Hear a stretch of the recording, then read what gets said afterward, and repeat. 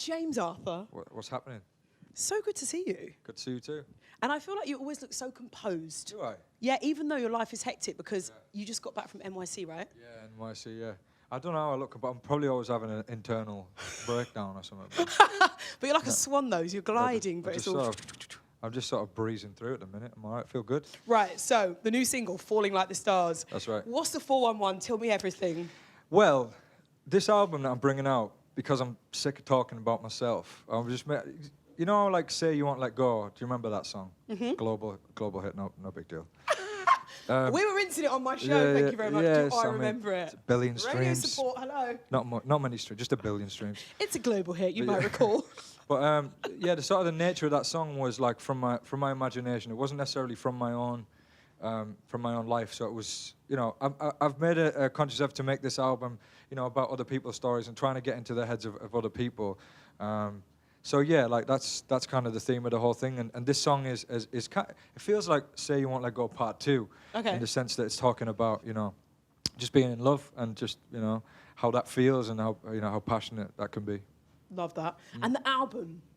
Yes. We're waiting for the album. Yeah, it's been longer than I thought it was going to be. That's just because I've kept on writing and just kept on coming out with. So you must have a double album ready then. Well, there's a lot of material. Yeah, I'm having to sort of trim away a few things that. So initially, it started off being this kind of like experimental thing where I wanted to surprise people and come out with stuff that was outside the box, or just wasn't like typically, you know, the stuff that you'd expect from me. And I got halfway through and just, you know, the kind of classic James Arthur songs were the ones that were, you know, getting the most reaction. And I just thought, well, let me make an album that is just the best of what I do, and then we can thread the little bits of, you know, my other interests, my hip hop influences, my other, like, the things that the other things that I wanna show of me into just the best possible album, like 10 Say You Won't Let Go's on this record, and Falling Like the Stars is just like, you know, one of those kind of acoustic bangers, I think. So you've got Say You Won't Let Go Part 2, and then 10 other ones, and the trimming and the remix. So when's it out now? Yeah. No. I'm just putting off the question. It's going to be after the summer. After the summer. After the summer. No one rescued you from the sidelines, so I think you could say after the summer, September. I was getting a couple of looks there. So. No, that's fair enough. Well, that's good though that it's coming. It's good that you've got too much material, because not a lot of people can say that. Yeah, no, I've spent 2 years writing, so I've got a lot of stuff. I did a lot of stuff in America with some like wicked producers. So you've been giving Lewis Capaldi loads of love on Twitter. Yes. Would you love to work with him? Because you guys, I feel like you'd have really complementary kind of like vocal tones together. Yeah. Wouldn't you? You'd kill it on a record. I think that'd be a lot of rasp on one Yes. song. Be a lot of testosterone on one. Is that him now? He's there now. Oh my God, he's so right, keen. Lewis, mate, you're right. Go on, Capaldi. No, yeah, anyway, go on. no, he's wicked. I taught him everything he knows. No, but you would be good together, wouldn't you, on a track? I think so, yeah. Yeah, without a doubt. Be really nice people to put would it be out there. excited. So you've just done a song for Game of Thrones. Yes, I did. Stop it. I did, yeah. I did a song for Game of Thrones. Are you a big fan of Game of Thrones? Big fan of Game of Thrones, yeah.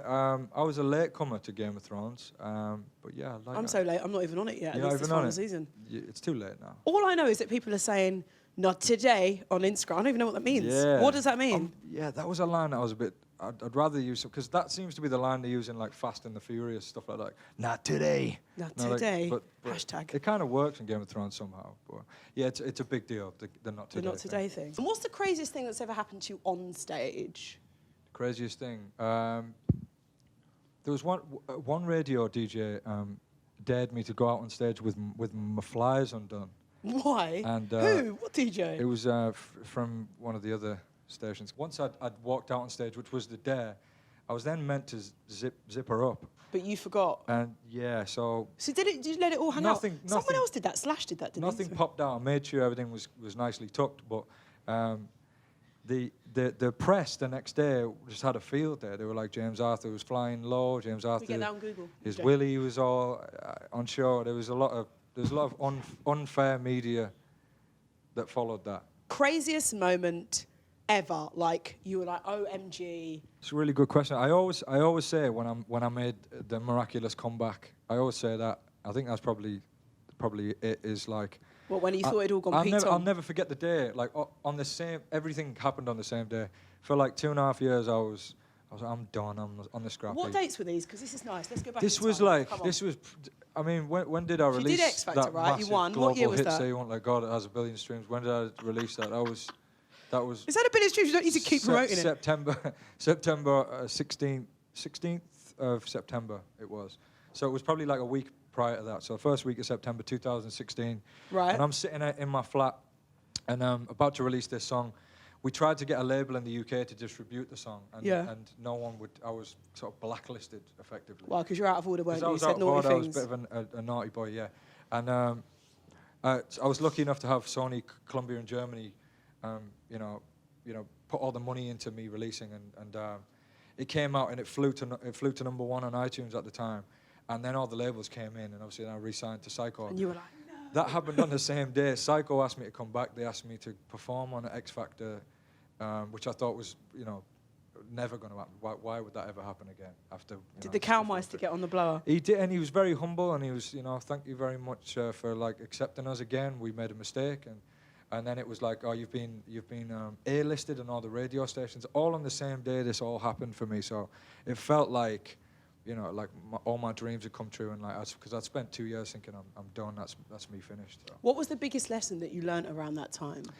The biggest lesson I learnt was self-belief, just not giving up. I mean, the power of your belief system is unrivaled. The things you can achieve. I mean, it's very cliche: believe, conceive, achieve, all that stuff. But yeah. it really is. It really did happen for me. All of my visions were manifested, and they came to be. So I love that. This November, Hits Live is going on tour.